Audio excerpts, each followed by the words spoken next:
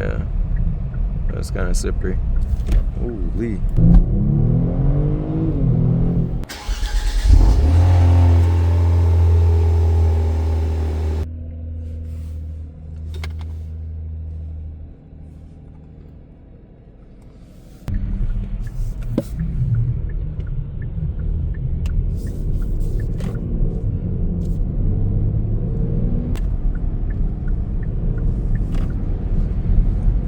Alright guys, so welcome to my very first video, and we're going for a drive in the Kia Stinger, actually heading to work, so it's a bit early, but I like to get out on the road early before all the traffic is there, just more calming for me. So yeah, let's talk about this car.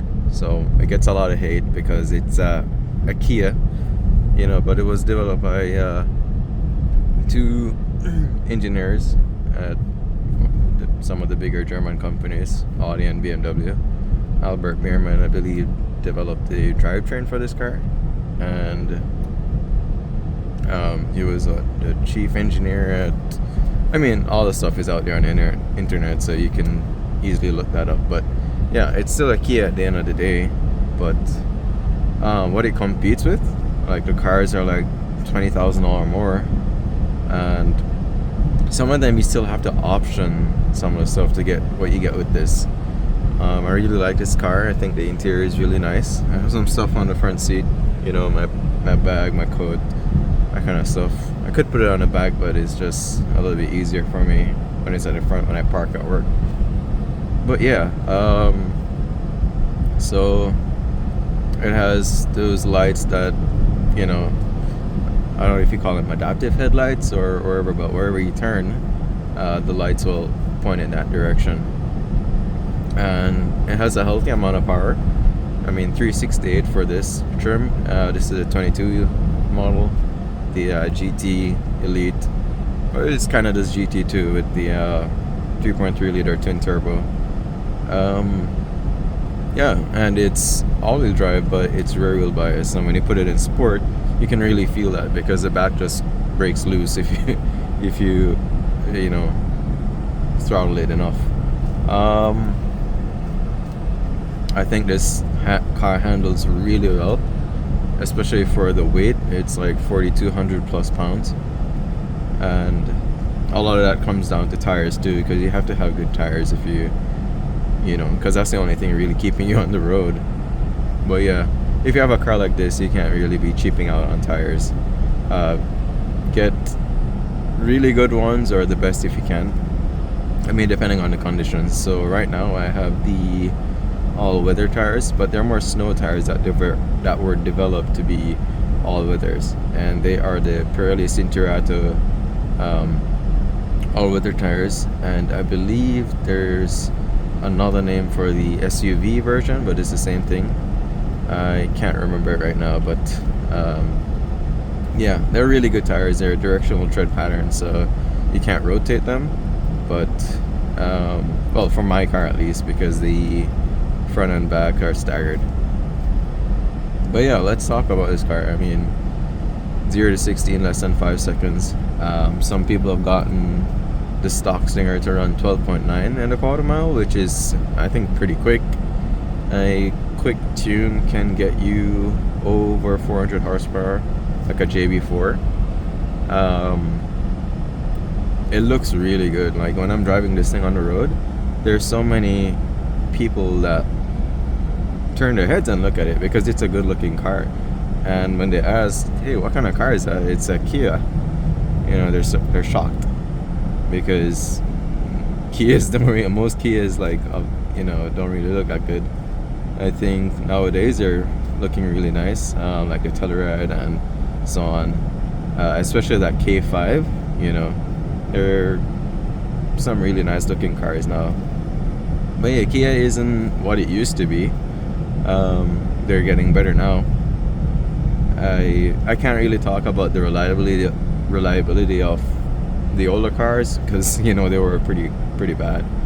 But I know this car and this engine that was specifically developed for these drivetrains, they are pretty robust, pretty reliable. And if you do quick reviews and so on, you realize that these cars don't have many problems mechanically or electrical.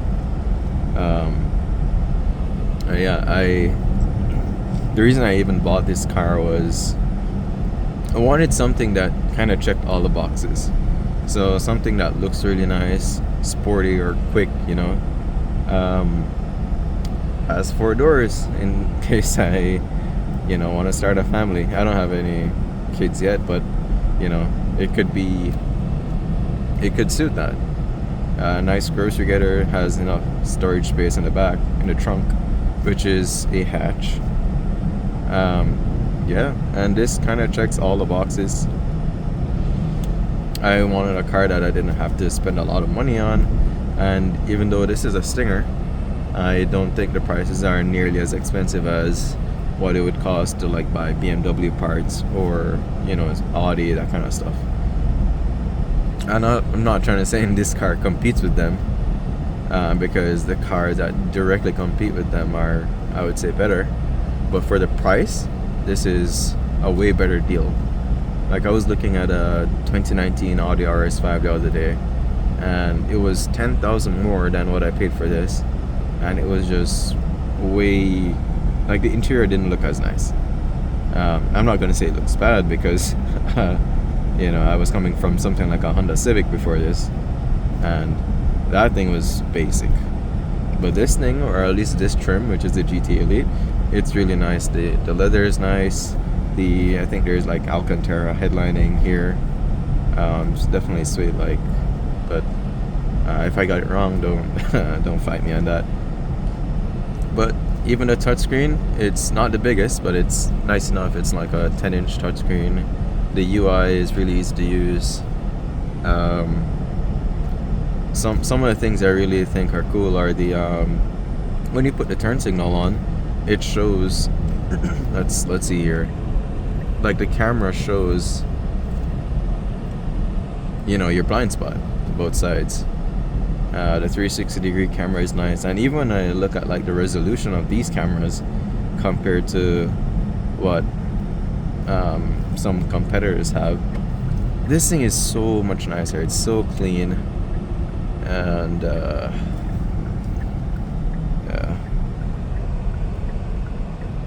don't want to slide too much, but yeah, we're good.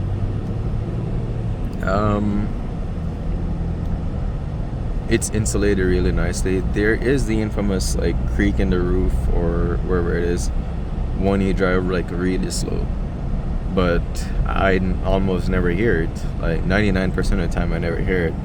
The last time I remember hearing it was I parked in an underground garage, and the incline was really steep, so when I started to crest that incline, I guess because of the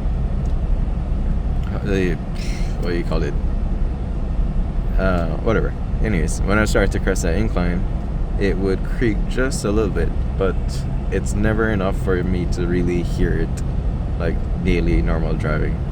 I mean, you can, well, we're going 80 kilometers per hour in a 90 zone, but yeah, it's definitely not bad. People like to talk about quality issues and that kind of stuff. If a brand makes a nice car, I'm going to appreciate that car for what it is and not just the rest of the cars they make, And if I were to buy a Kia, again, I don't think I'd buy another Kia. Not that they're bad like the new ones, but just that this is kind of the only one that I really like. The K5, I think it looks nice, and I think it's a good car. I just don't like the front wheel biased drivetrain. I think you can get it in all wheel drive, but most of them are front wheel drive, and that's kind of like my Civic.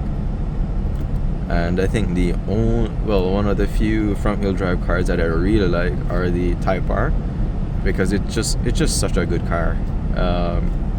You look at reviews on it and the way it handles, well, I mean, they better be, because they've been developing that car for how many years? Probably longer than I've been born. So yeah, back to the Stinger. So yeah, sport mode, comfort. There's a smart mode which kind of learns your driving habits. and it will adjust the fuel economy and power delivery based on how you drive. So if you're driving it easy, then it will kind of go into eco mode, but it's still in smart mode. And if you're driving spirited or aggressive, then it will give you more power, like sport mode. Probably another downside to this car is the visibility. So there's not much visibility out the back, but it's enough, you get used to it. It's still way better than something like a Lambo where they have you can't even see anything in the back at all. And they have I think there is a MKBHD video where they have like a rear view mirror, and he's like, why is this here? It doesn't even show you anything. It should have been a camera, but I digress. One thing I really like too is like the seat settings. So you could set the position, and there's two memory functions, so seat 1 and seat 2, or position 1 and position 2. And yeah, I think that's so cool, because when I take my car to the dealership and they do their oil changes or move the seat, whatever, I just press the button and it goes back to where I had my seat. And another thing is, like, when you're getting out the car, it will move the seat back, and when you come back in the car, it moves the seat forward to the position that you drive in. So those are just a few things that I really like about this car. The auto dimming, like rear view mirrors, side mirrors. That's one of the cool things that I only realized the other day. Like, I was driving in the opposite direction of where the sun was rising, and it was so bright in the side mirrors. And it was only like after a couple of seconds I realized the whole thing got tinted, so then I could actually see what was behind me. So that was cool. Yeah, the seats are comfy, and it's very adjustable. Like, there's so much adjustability in these seats. I think there's enough space, like in the headroom space. I'm not that tall, but if you look at reviews of people testing the seating of this car, you'd see that it tends to hold people pretty well compared to competitors that have a sloping roofline. What else? So the sunroof, I've never opened the actual sunroof because I don't really use it, and there's always like the paranoia in me that if I open it and it doesn't seal back, it's gonna leak. I mean, I'm pretty sure they've designed it so it does seal back, but yeah, just one of those things. Like, if I don't have to do it, I won't do it, or if I don't have to open it, yeah, I won't.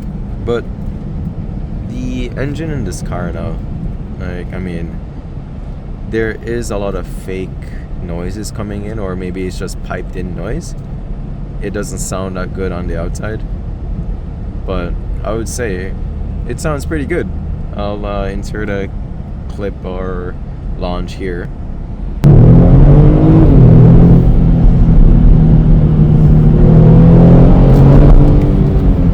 So yeah, fuel economy, it's not good. I mean, what do you expect? It's a 3.3 liter twin turbo engine, and it's gonna drink fuel.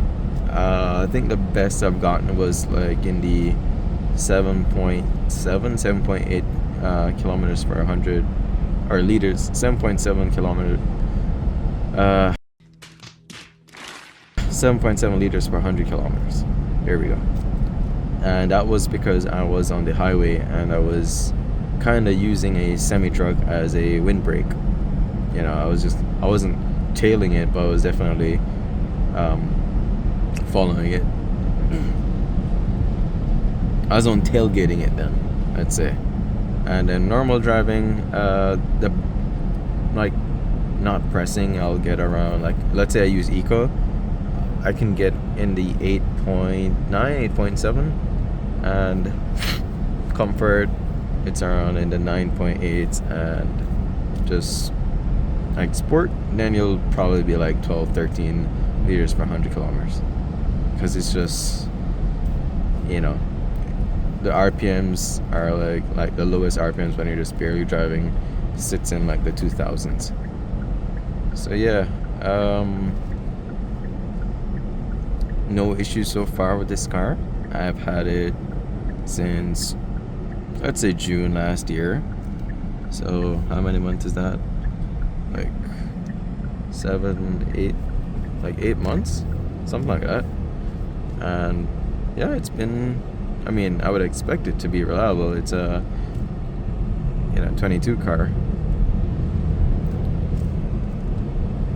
What else?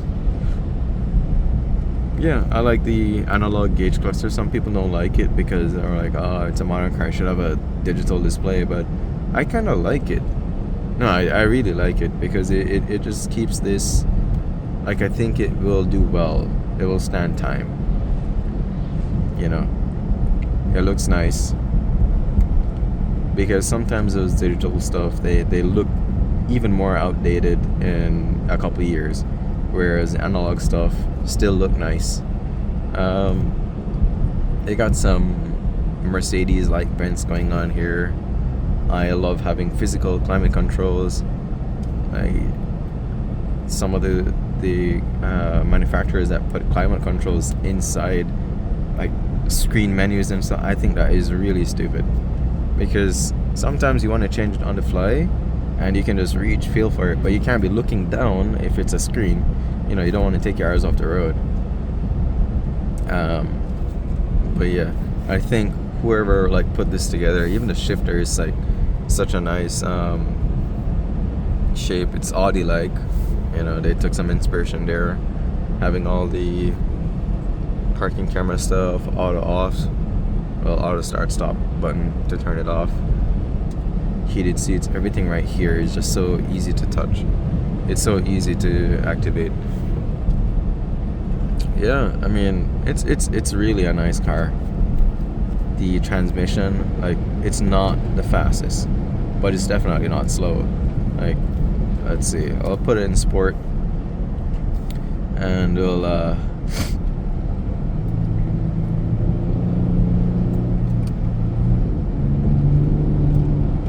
yeah, it's decently quick. I don't wanna, let's go back in comfort. I don't want to be breaking traction on these roads, because you will break traction just by giving a little bit of throttle at sport, sending like 80% of the power to the rear wheels. And yeah, you don't, I mean, this car is pretty stable. I have when I say slided, I put it through a few slides, but not doing 80 kilometers per hour, especially not with traffic, oncoming traffic. But yeah, this car is pretty good. I look forward to actually giving a full in-depth review. This was just me taking it out for a drive, well, heading to work, and yeah, I'm in the snowy conditions. It's nice having my heated steering wheel, heated seats. I think this car is pretty good. So yeah, thanks for watching, guys. I will be okay.